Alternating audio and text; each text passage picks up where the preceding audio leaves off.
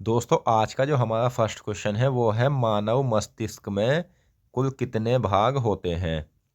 तो मानव मस्तिष्क के अगर हम भागों की बात करें तो उसमें होते हैं, एक तो होता है अग्र मस्तिष्क, दूसरा होता है मध्य मस्तिष्क और तीसरा होता है पश्च मस्तिष्क।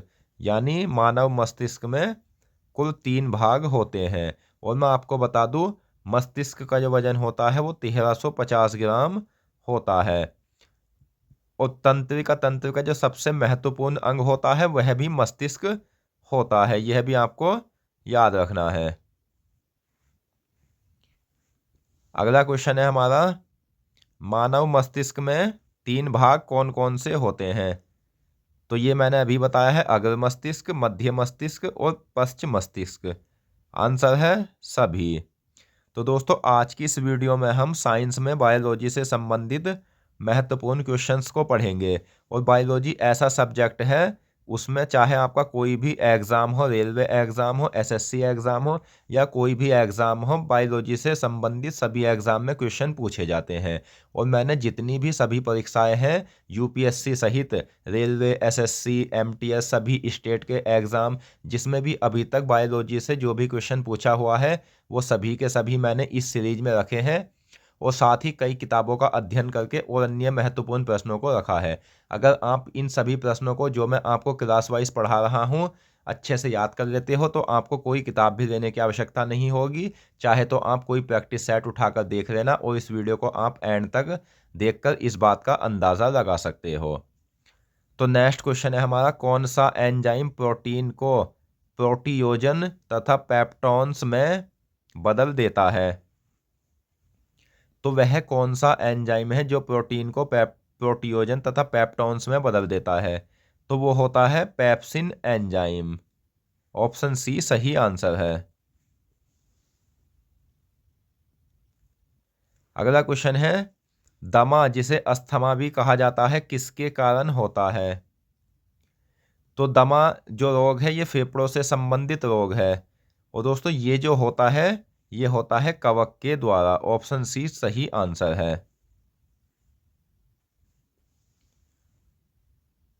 नेक्स्ट है, मानव रक्त का पीएच मान कितना होता है। तो मानव रक्त के अगर हम पीएच मान की बात करें तो पीएच मान होता है मानव रक्त का 7.4। और मानव रक्त होता है दोस्तों क्षारीय विलयन होता है। और मैं आपको बता दूं, जो पीएच मान 7 होता है वो उदासीन होता है। इसी कारण शुद्ध जल का जो पीएच मान होता है वो 7 होता है और 7 से ऊपर को जो मान होगा वो क्षारीय होगा। और 7 से नीचे जो मान होगा दोस्तों वो अम्लीय होगा। और मानव मूत्र का पीएच मान 6 होता है और मानव मूत्र जो होता है वो अम्लीय होता है, यह भी आपको याद रखना है। अगला क्वेश्चन है, आत्महत्या की थैली किसे कहा जाता है। तो आत्महत्या की जो थैली कहा जाता है वो कहा जाता है लाइसोसोम को। लाइसोसोम को आत्महत्या की थैली कहा जाता है। नेक्स्ट है हमारा, पोलियो किस विषाणु द्वारा होता है। तो पोलियो एक रोग है जो होता है विषाणु के द्वारा। और दोस्तों इस रोग में पक्षाघात यानी पैरालिसिस होकर अस्थियां कमजोर पड़ जाती है जो कार्य करने में असमर्थ हो जाती है। और पोलियो जो होता है ये किस विषाणु द्वारा होता है, ये होता है पोलियो के विषाणु द्वारा। अगला क्वेश्चन है, उदर गुहा में बाईं ओर स्थित खोखली द्विपालिका थैली क्या कहलाती है। तो उदर गुहा में बाईं ओर स्थित खोखली द्विपालिका थैली कहलाती है आमाशय। ऑप्शन बी सही आंसर है। आमाशय पाचन तंत्र का एक अंग होता है जिसकी लंबाई होती है दोस्तों 30 सेंटीमीटर, यह भी आपको याद रखना है। दोस्तों अगर आप इन क्वेश्चंस में से पहले से जितने भी क्वेश्चंस का आंसर जानते हैं वो हमें कमेंट बॉक्स में बताएं और साथ ही आपका रिवीजन हो जाएगा और आपको 100% इस वीडियो में नए क्वेश्चन भी देखने को मिलेंगे। और मैं जितने भी बायोलॉजी के टॉपिक हैं सभी के सभी को एक साथ कवर करके चल रहा हूं, जिससे आपका रिवीजन, टेस्ट और नए स्टूडेंट का संपूर्ण बायोलॉजी कंप्लीट भी हो जाएगा। और इनसे बाहर कोई क्वेश्चन देखने को भी नहीं मिलेगा, क्योंकि अगर एक क्वेश्चन या एक टॉपिक से 10 क्वेश्चन या 100 क्वेश्चन बन सकते हैं तो मैंने 100 के 100 लिए हैं। बस शर्त है कि सभी क्लासों में, कुछ नेक्स्ट क्लास में, कुछ पिछली क्लासों में ऐसे लिए हैं ताकि आप इस तरीके से एक एक क्वेश्चन को अच्छे से याद कर लो, क्योंकि थ्योरी वाइज अच्छे से याद नहीं होता है। नेक्स्ट, केल्विन पैमाने में मानव शरीर का सामान्य तापमान कितना होता है? तो सेल्सियस पैमाने में तो होता है मानव शरीर का सामान्य तापमान 37 डिग्री सी। वहीं फारेनहाइट में होता है 98.6। और दोस्तों अगर हम बात करें केल्विन पैमाने की, तो इसमें होता है 310 डिग्री केल्विन। तो केल्विन पैमाने में मानव शरीर का सामान्य तापमान 310 डिग्री केल्विन होता है। अगला क्वेश्चन है, हैजा का टीका की खोज किसने की थी? तो हैजा जो होता है ये जीवाणु के द्वारा होने वाला रोग है, और इसमें क्या होता है, जल की कमी होकर रक्त का संचार धीमा पड़ जाता है। और हैजे के टीके की जो खोज की थी वो की थी रॉबर्ट कोच ने। ऑप्शन ए सही आंसर है।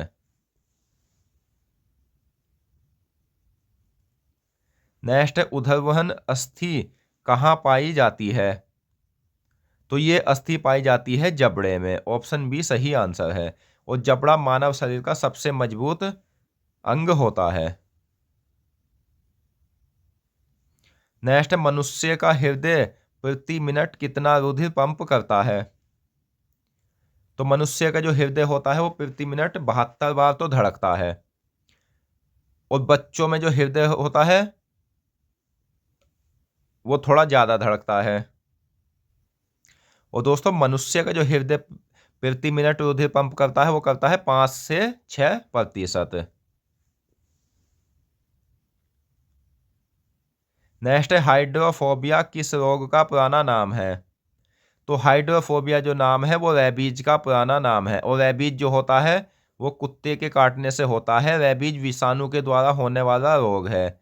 और रेबीज जो है दोस्तों वो नाड़ी तंत्र को प्रभावित करता है, और इस रोग में पानी से डर रखता है, यह भी आपको याद रखना है। तो हाइड्रोफोबिया किस रोग का पुराना नाम है? तो यह है रेबीज का।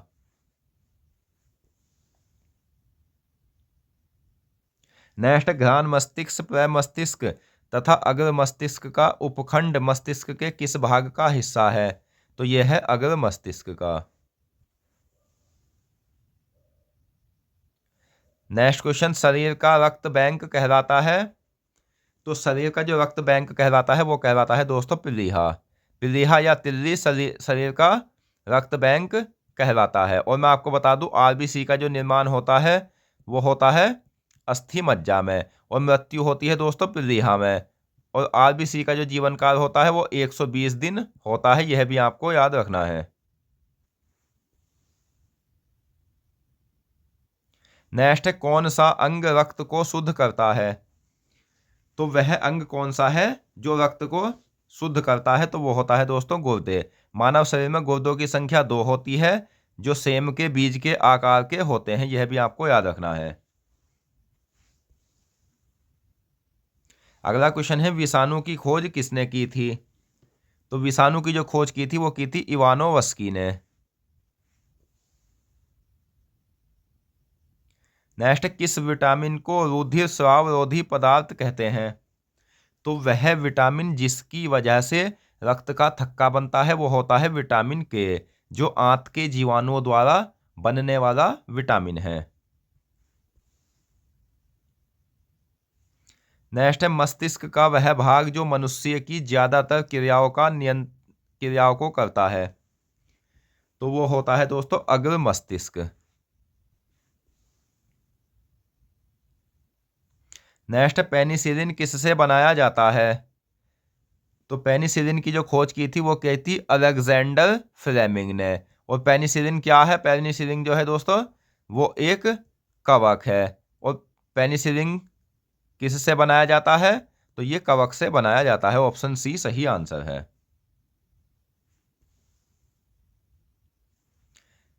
नेक्स्ट, कौन सी ग्रंथि बहिस्रावी एवं अंतःस्रावी दोनों प्रकार की होती है? यानी वह ग्रंथि जिसे हम मिश्रित ग्रंथि भी कहते हैं, तो वो होती है दोस्तों अग्नाशय। और अग्नाशय जो होती है वो छोटी आंत के यू आकार वाले भाग में स्थित पीले रंग की ग्रंथि होती है।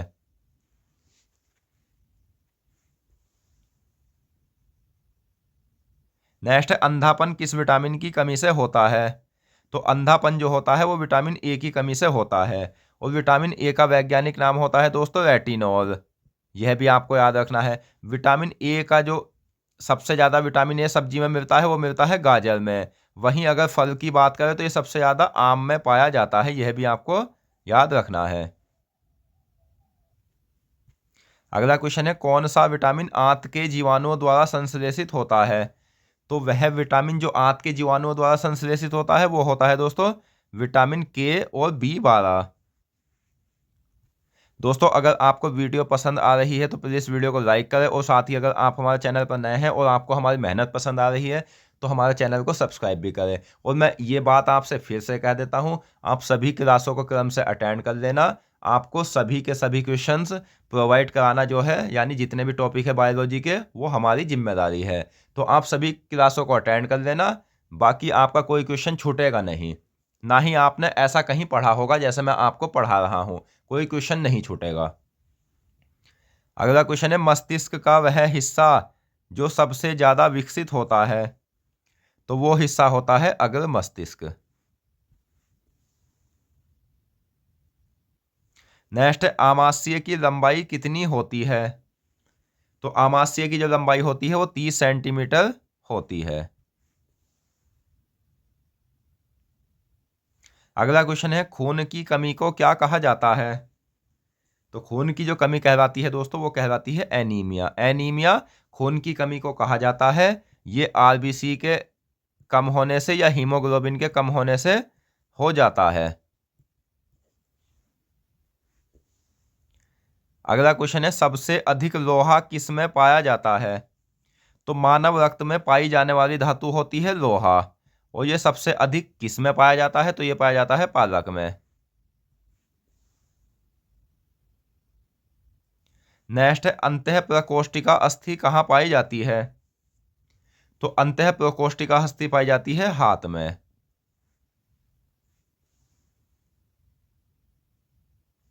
नेक्स्ट, मानव द्वारा निर्मित प्रथम संश्लेषित रेशा कौन सा है? तो मानव द्वारा निर्मित प्रथम संश्लेषित रेशा है दोस्तों नायलॉन। अगला क्वेश्चन है, केमोथेरेपी का उपयोग किस रोग के इलाज में होता है?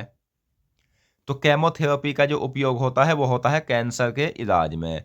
और कैंसर के इलाज में रेडियोलॉजी, एंटीबायोटिक एल्काइड और केमोथेरेपी आदि का उपयोग होता है। नेक्स्ट, रक्त में कौन सी धातु पाई जाती है? तो मानव रक्त में पाई जाने वाली धातु होती है लोहा। ऑप्शन ए सही आंसर है। अगला क्वेश्चन है दोस्तों, मधुमेह रोग किस अंग को प्रभावित करता है? तो मधुमेह रोग जो होता है वो अग्नाशय को प्रभावित करता है। और मैं आपको बता दूं, इंसुलिन की कमी से होने वाला रोग कौन सा है? तो वो है मधुमेह। इसमें क्या होता है, इंसुलिन का काम यह होता है कि रक्त में जो ग्लूकोज की मात्रा होती है उस पर कंट्रोल इंसुलिन करता है। यदि अग्नाशय में कुछ कमी आ जाए तो इंसुलिन का निर्माण कम होगा, जिससे रक्त में ग्लूकोज की मात्रा बढ़ जाएगी और मधुमेह रोग हो जाएगा। और दोस्तों ये जो होता है वो इंसुलिन की बीटा कोशिका से निर्मित होता है। सॉरी, अग्नाशय की बीटा कोशिका से निर्मित होने वाला जो हार्मोन होता है वो इंसुलिन ही होता है, यह आपको याद रखना है।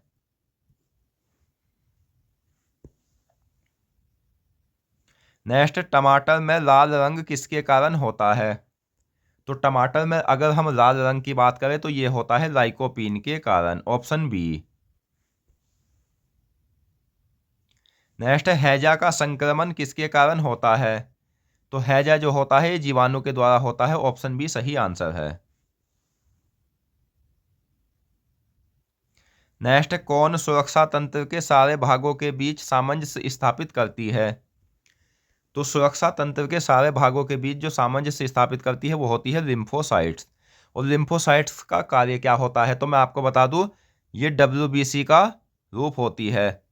और लिम्फोसाइट जो होती है वो शरीर में गश्ती सेना की भांति भी कार्य करती है। यानी जितने भी विषैले कुछ भी कण होंगे तो उसको जो निमटाती है या नष्ट करती है वो लिम्फोसाइट्स ही नष्ट करती है।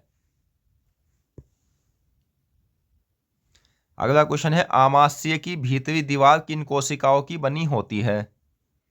तो आमाशय की जो भीतरी दीवार होती है वो एपिथेलियम कोशिकाओं की बनी होती है।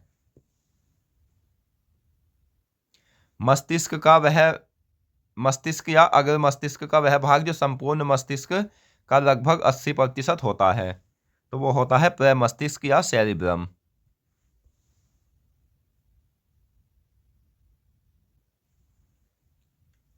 अगला क्वेश्चन है, सूर्य की किरणों से कौन सा विटामिन मिलता है? तो सूर्य की किरणों से मिलने वाला विटामिन होता है विटामिन डी, जिसकी कमी से बच्चों में रिकेटस रोग हो जाता है और वयस्कों में ओस्टियोमेलिसिया रोग हो जाता है। यह आपको याद रखना है।